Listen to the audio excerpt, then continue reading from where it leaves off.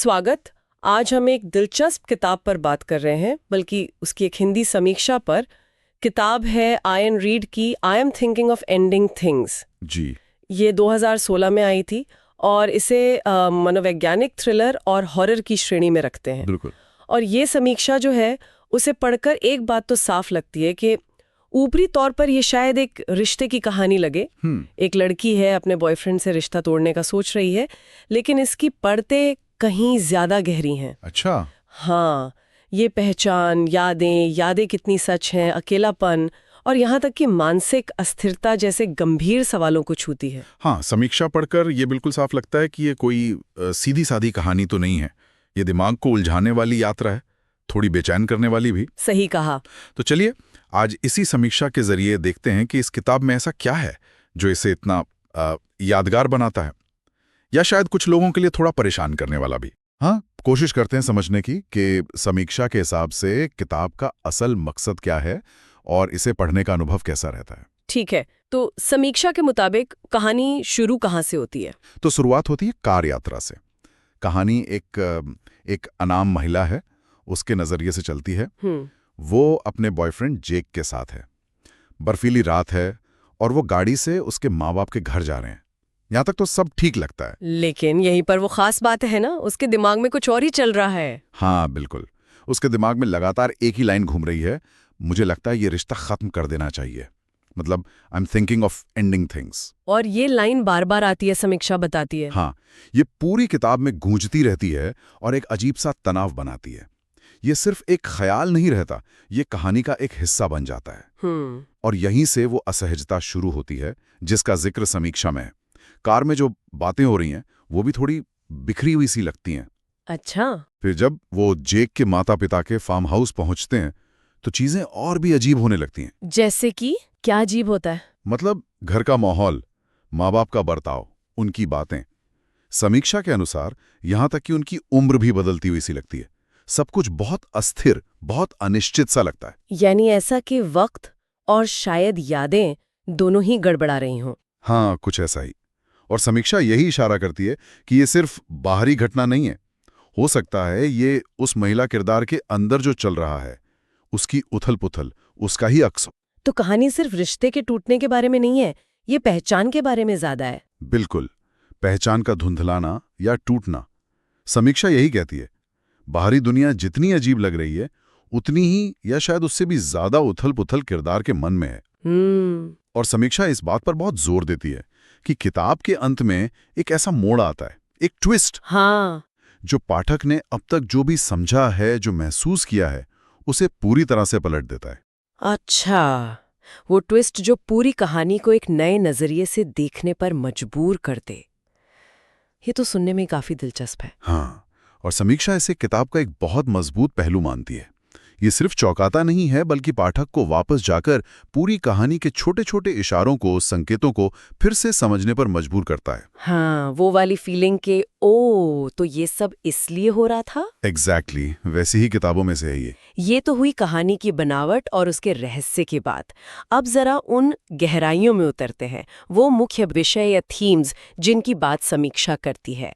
एक बड़ा मुद्दा तो आपने बताया, मानसिक स्वास्थ्य और अकेलापन। जी। किताब इसे कैसे दिखाती है समीक्षा के अनुसार? समीक्षा कहती है कि किताब बड़ी शिद्दत से दिखाती है कि कैसे गहरा अकेलापन और मानसिक अस्थिरता किसी इंसान को बिल्कुल उसकी अपनी ही दुनिया में कैद कर सकती है। ऐसा लगता है जैसे बाहरी दुनिया से उसका कनेक्शन टूट गया है। वो अपनी ही सोच, अपनी यादों, अपने डर के जाल में फंस गया है।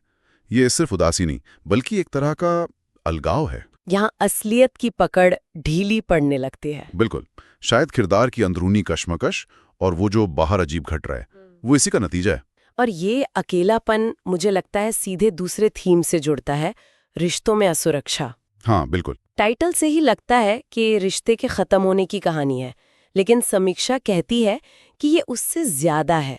ये सिर्फ रिश्ता तोड़ने के एक्ट की बात नहीं, बल्कि उसके विचार के बोझ की बात है। सही कहा। वो विचारी आई am thinking of ending things, ये सिर्फ रिश्ते पर लागू नहीं होता। कहानी जैसे जैसे आगे बढ़ती है, इसके और भी गहरे मतलब निकलते हैं। अच्छा। हाँ, और यहीं पर तीसरा और शायद सबसे महत्वपूर्ण थीम आता है, जिसका समीक्षा खासतौर पर जिक्र करती है, पहचान का संकट, आइडेंटिटी क्राइसिस।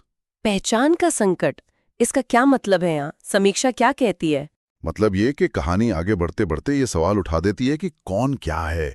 किरदारों की पहचान धुंधली पड़ने लगती है। यादें किसकी हैं, अनुभव किसके हैं, क्या जो हमें याद है वो वैसा ही हुआ था?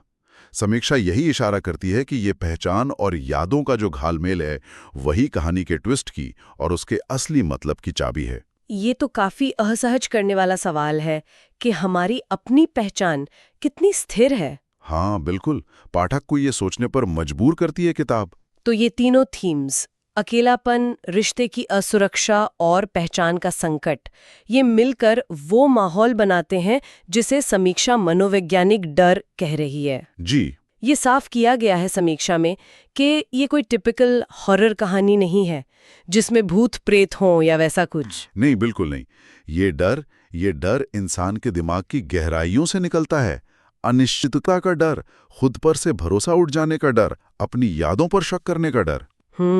क्या हम सचमुच खुद को जानते हैं या दूसरों को? ये सवाल ही अपने आप में डरावना हो सकता है। और ये डर ज्यादा असरदार इसीलिए है क्योंकि ये बाहर से नहीं आ रहा, अंदर से आ रहा है। हाँ, अंदरूनी उलझन से पैदा हो रहा है। आपकी अपनी सोच ही आपको डराने लगती है। ये सारे थीम्स वाकई आपस में जुड़े हुए लगते हैं और एक जटिल तस्वीर बनाते हैं। इस तरह के गहरे और उलझे हुए एहसास को कागज पर उतारना आसान नहीं होता होगा। लेखक की राइटिंग स्टाइल के बारे में क्या कहती है समीक्षा? समीक्षा बताती है कि कहानी फर्स्ट पर्सन में लिखी गई है। मतलब हम सब कुछ उसी महिला किरदार की नजरों से देखते हैं, उसकी सोच के जरिए जानते हैं। जो रिश्ता खत्म करने का सोच रही है। हाँ, तो ये तकनीक क्या करती है, पाठक को सीधे किरदार के दिमाग में खींच लेती है। हम उसकी उलझन, उसका डर, उसकी लगातार चलती सोच, उसे सीधे महसूस करते हैं। इससे घुटन भरा एहसास पैदा होता होगा, क्लॉस्ट्रोफोबिक हद तक। और लेखक की भाषा भी इसमें मदद करती है। समीक्षा के मुताबिक स्टाइल बहुत कसी हुई है, मिनिमलिस्टिक कह सकते हैं। अच्छा। छोटे छोटे वाक्य हैं, साधारण सी लगने वाली बातचीत है, माहौल का धीमा लेकिन लगातार वर्णन। ये सब मिलकर धीरे धीरे तनाव और बेचैनी को बढ़ाते हैं। ऐसा लगता है कि जो कहा नहीं जा रहा वो ज्यादा महत्वपूर्ण है। बिल्कुल, जो शब्दों के बीच की खामोशी में छिपा है वो ज्यादा असरदार है। कम शब्दों में ज्यादा असर पैदा करने वाली शैली। ये यकीनन उस असहज माहौल को और घना बनाती होगी। अच्छा, अब आते हैं समीक्षा के उस हिस्से पर जहां किताब की खूबियों और कमजोरियों की बात होती है। सबसे बड़ी ताकत क्या बताई गई है? सबसे बड़ी ताकत तो वही है जिसकी हम बात कर रहे थे, इसका माहौल और सस्पेंस। समीक्षा का मानना है कि किताब पाठक को अंत तक बांधे रखती है। ये जानने की उत्सुकता बनी रहती है कि आखिर चल क्या रहा है। इसे मनोवैज्ञानिक डर पैदा करने में बहुत सफल माना गया है। धीरे धीरे असर करने वाला डर। हाँ, जो देर तक जहन में रहता है। और जाहिर है उस ट्विस्ट की तारीफ तो है ही। समीक्षा कहती है कि वो दिमाग हिला देता है। हाँ, उसे किताब का सबसे यादगार और प्रभावशाली हिस्सा माना गया है। लेकिन जैसे आपने कहा, खूबियां हैं तो कुछ कमजोरियां भी होंगी, या ऐसी बातें हैं जो शायद सबको पसंद ना आए। समीक्षा ईमानदारी से ये भी बताती है कि ये किताब शायद हर किसी के लिए ना हो। जैसे कि क्या बातें हैं? पहली बात, इसकी रफ्तार, पेस धीमी है। हाँ, जिन्हें तेज गति वाली एक्शन से भरपूर कहानियां पसंद हैं, उन्हें ये बहुत धीमी लग सकती है। क्योंकि जैसा हमने कहा, इसमें बाहरी घटनाक्रम कम है और किरदारों की अंदरूनी दुनिया, उनकी सोच, उनकी भावनाओं पर फोकस ज्यादा है। ये एक धीमे जलने वाली कहानी है। बिल्कुल। और दूसरी बात जो समीक्षा ने उठाई, इसका सीधा साधा ना होना। इसमें बहुत कुछ प्रतीकात्मक है, सिंबॉलिक। अच्छा, मतलब हर चीज का लिटरल मीनिंग नहीं लेना है। हाँ, कहानी में कई चीजें, घटनाएं या डायलॉग ऐसे हैं जिनका ऊपरी मतलब कुछ और है, लेकिन उनका गहरा सांकेतिक मतलब कुछ और निकलता है। पाठक को थोड़ा सोचना पड़ता है, डॉट्स कनेक्ट करने पड़ते हैं। सही कहा। ये ऐसी किताब नहीं है जिसे आप बस सरसरी तौर पर पढ़कर समझ लें। इसके लिए पाठक की ओर से भी थोड़ी दिमागी कसरत की जरूरत पड़ती है। यानी ये एक चैलेंजिंग रीड हो सकती है। हाँ, समीक्षा यही कहती है, ये हल्के फुल्के मनोरंजन के लिए शायद उतनी ठीक ना हो। ये आपसे ध्यान मांगती है, सोचने पर मजबूर करती है और पढ़ने के बाद भी आपके दिमाग में घूमती रहती है। तो ये उन पाठकों को ज्यादा पसंद आएगी जो कहानी में सिर्फ क्या हुआ से ज्यादा क्यों हुआ और इसका मतलब क्या है, इसमें रुचि रखते हैं। बिल्कुल। तो इन सब बातों को ध्यान में रखते हुए समीक्षक का फाइनल वर्डिक्ट क्या है? क्या वो इसे पढ़ने की सलाह देते हैं? कुल मिलाकर समीक्षा इसे एक गहरी, बेचैन करने वाली और बौद्धिक रूप से उत्तेजित करने वाली किताब मानती है। वो कहते हैं कि ये पारंपरिक हॉरर के शौकीनों के लिए नहीं है, बल्कि उन लोगों के लिए है जिन्हें मनोवैज्ञानिक थ्रिलर पसंद है, जो किरदारों की मानसिक गहराइयों में उतरना चाहते हैं और जिन्हें ऐसी कहानियां पसंद हैं जो दिमाग को झकझोर दें। और रेटिंग क्या दी है समीक्षा ने? समीक्षा ने इसे 5 में से 4 स्टार दिए हैं। 4 स्टार्स, ये तो काफी अच्छी रेटिंग है। हाँ, ये रेटिंग दिखाती है कि समीक्षक किताब से काफी प्रभावित हुए हैं, उसकी कलात्मकता और गहराई को सराहा, लेकिन साथ ही ये भी माना कि इसकी धीमी गति और वो प्रतीकात्मक शैली शायद इसे सबके लिए उतनी आसान न बनाते हो। 4 स्टार एक मजबूत सिफारिश है, खासकर इस तरह की गैर पारंपरिक और सोचने पर मजबूर करने वाली कहानी के लिए। तो ये थी आयन रीड की किताब आई am thinking of ending things की हिंदी समीक्षा पर हमारी ये चर्चा। जी, ये समीक्षा पढ़कर और इस पर बात करके मुझे तो यही लग रहा है कि ये किताब वाकई उन सवालों के आसपास घूमती है जो हम अक्सर खुद से नहीं पूछते। हाँ बिल्कुल, जैसे कि हम दूसरों को कितना जानते हैं, या शायद उससे भी बड़ा सवाल, हम खुद को कितना जानते हैं। हमारी यादें कितनी भरोसेमंद हैं?